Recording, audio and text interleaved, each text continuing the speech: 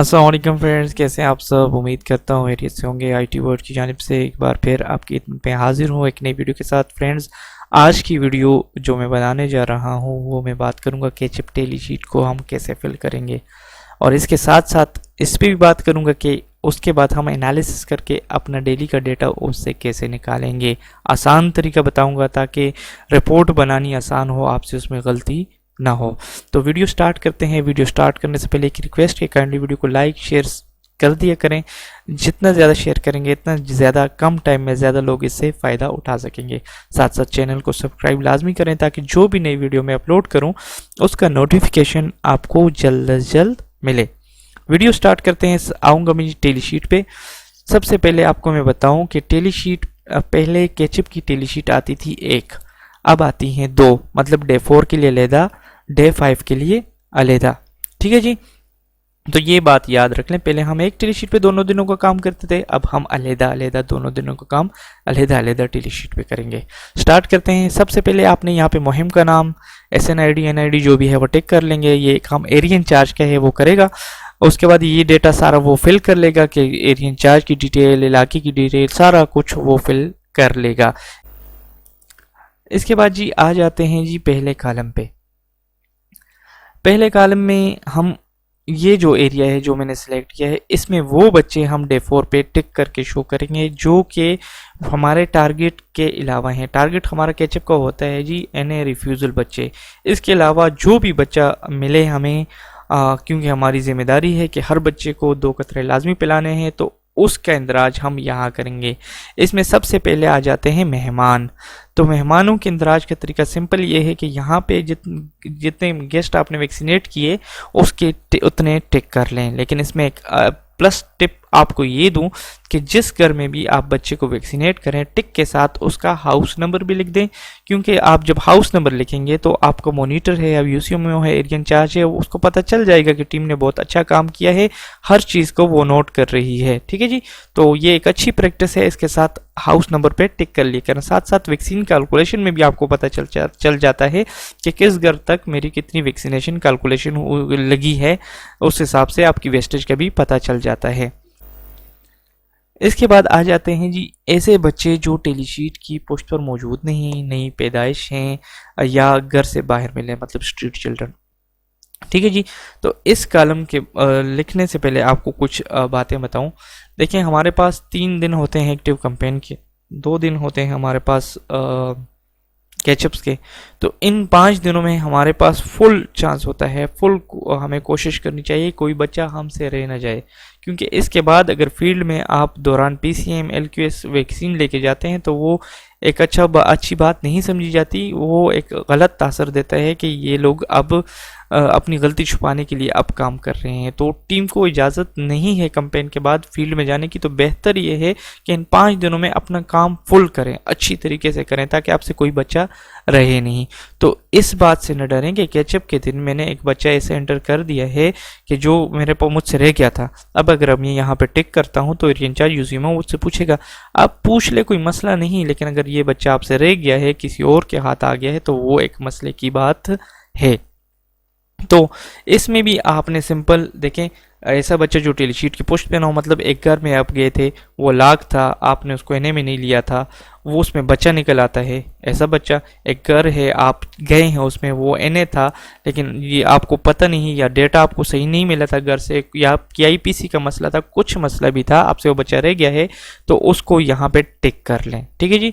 इसके अलावा नई पैदाइश हो, आपने डे 2 पे काम करके चले गए हैं, डे 3 में है, डे 2 पे बच्चा तीसरे दिन पैदा हुआ है, तो वो तो आपसे एक्टिव दिन में कवर नहीं हुआ, तो आप उसको केचप में कवर करके उसको टिक के साथ शो करेंगे। ठीक है जी।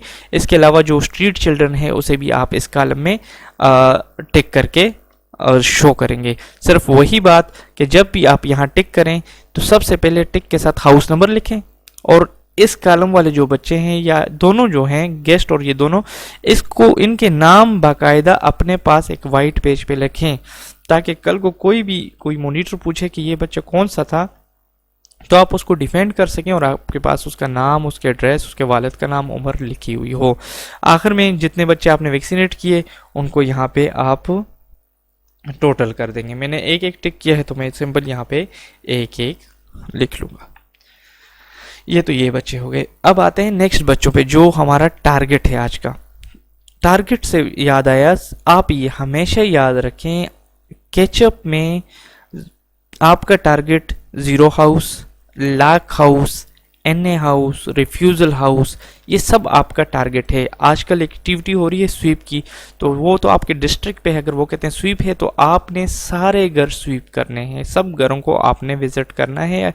वही आईपीसी जो के थ्रू जाके अपने ऑपरेशनल क्वेश्चन पूछने हैं और सब घरों पे कोड जो दिया जाता है वो लिखना है। अगर स्वीप एक्टिविटी नहीं है तो आपने करना है वहाँ जाके आपका जीरो हाउस, लाख हाउस, इन्हें रिफ्यूज़ल, ये हाउसेज आपके टारगेट्स हैं।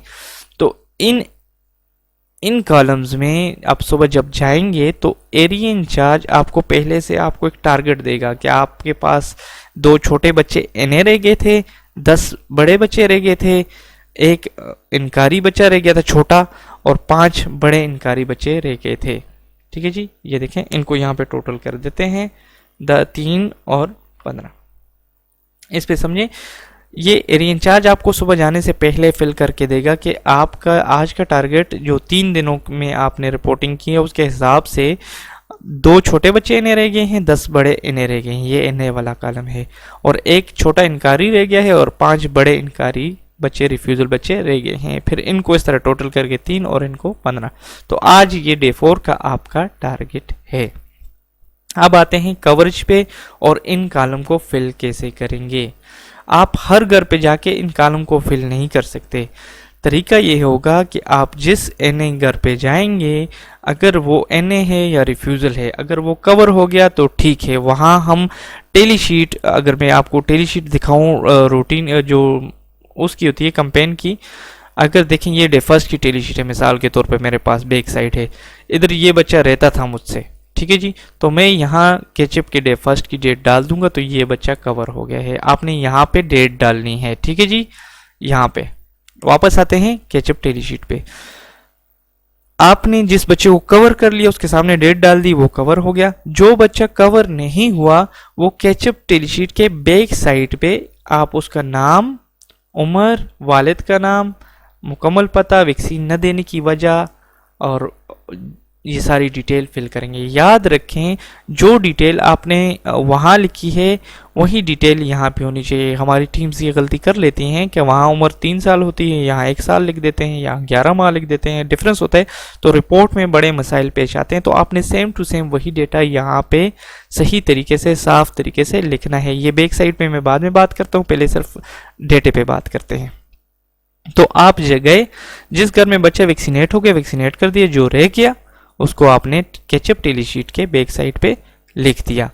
अब करना क्या है, आप वापस आए, आप एक बार अपने डेटे का एनालिसिस कर लें। एनालिसिस मतलब ये कि टेली शीट का देखें, यहाँ मैंने लिखा है पहला दिन, दूसरा दिन, तीसरा दिन। मैंने ये बच्चे जो लिखे हैं ये पहले दिन के रह गए हैं, ये दूसरे दिन के रह गए हैं, ये तीसरे दिन के रह गए हैं।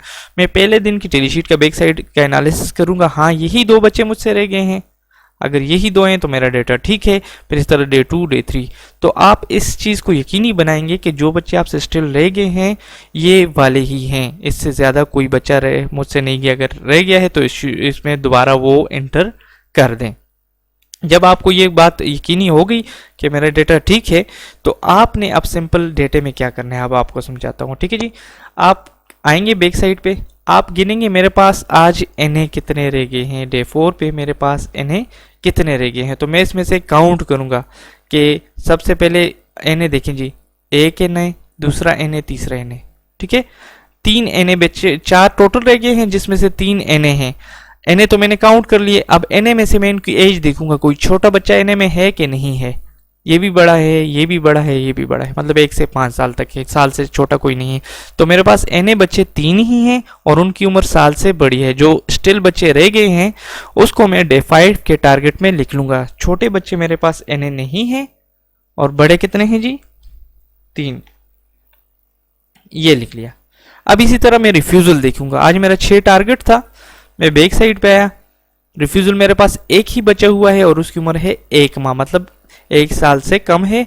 तो मैं वापस टेली शीट पे आऊँगा, एक ही बच्चा रह गया है, उसकी उम्र साल से कम है, बड़े बच्चे कोई भी मेरे पास स्टिल रिफ्यूज़ल में नहीं है। ये वो बच्चे हैं जो स्टिल मेरे पास रह गए हैं। इनको मैं टोटल कर लूँगा, तो ये मैंने टोटल कर दिया। अब मेरे पास टोटल 4 बच्चे स्टिल रह गए हैं, जो कि टेलीशीट की बैक साइड पे भी 4 ही हैं। जब मैंने ये लिख दिया तो अब मैंने डेटा बनाना आसान हो गया। कैसे? देखें, 2 थे स्टिल, अभी कोई भी नहीं, तो मतलब दोनों कवर हो गए हैं। 10 थे बड़े बच्चे और अब 3 रहते हैं, तो 10 में से 3 आपने निकाले तो कितने कवर हो गए? 7। सेम इसी तरह 1 था, 1 रहता है, तो मतलब कवर, छोटा बच्चा कवर कोई भी नहीं हुआ। 5 बड़े बच्चे थे, बड़ा कोई भी नहीं रहता रिफ्यूजल, तो मतलब 5 कवर हो गए। ठीक है जी। अब इसको सिंपल आप टोटल कर लेंगे, 2 और 7 5 12। ठीक है जी। अब इनको मैं टोटल एनालिसिस करता हूँ। 3 में से 2 बच्चे कवर हुए, 1 बच गया, और 15 में से 12 कवर हुए, 3 बच गए। टोटल 18 थे, 18 में से 14 कवर हो गए और 4 रह गए। तो ये टेलीशीट का बेस्ट तरीका है एनालिसिस का। यहाँ आपकी ये कवरेज आ गई है। आप इसी तरह इसको आप 2A में भी लिख लेंगे कि ये हमारा टारगेट था, ये हमारी कवरेज हो गई, और ये स्टिल बच्चे रह गए हैं। अब इस टारगेट को आप डे 5 की टेलीशीट पे लिख लेंगे, और वो उस दिन का काम करके उसके आगे सेम टू सेम इसी तरह एनालिसिस कर लेंगे। जो स्टिल रह जाएंगे वो बैक साइड पे आ जाएंगे।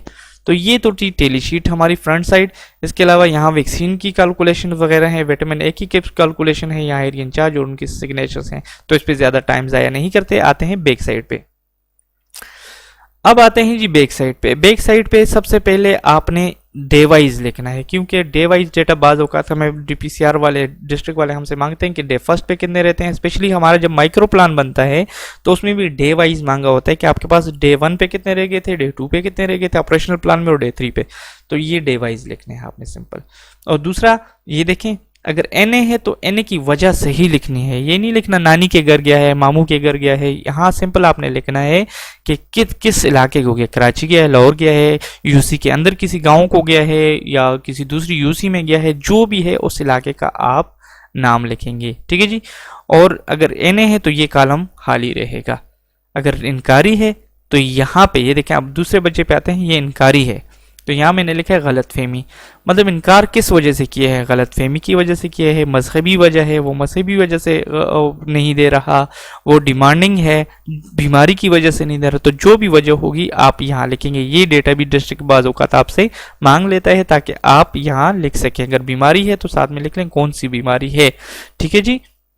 तो ये एक अच्छी टिप्स हैं जो जिसके मुताबिक अगर काम करेंगे तो आपकी टेलीशीट अच्छी लगेगी। अब लास्ट कॉलम पे आते हैं जी। सॉरी, लास्ट कॉलम में यहाँ पूछा गया है कि कितनी मुहिम से इस बच्चे ने वैक्सीन नहीं पी। यहाँ पे ये पीएमसी के लिए होता है कि ये बच्चा पीएमसी तो नहीं है।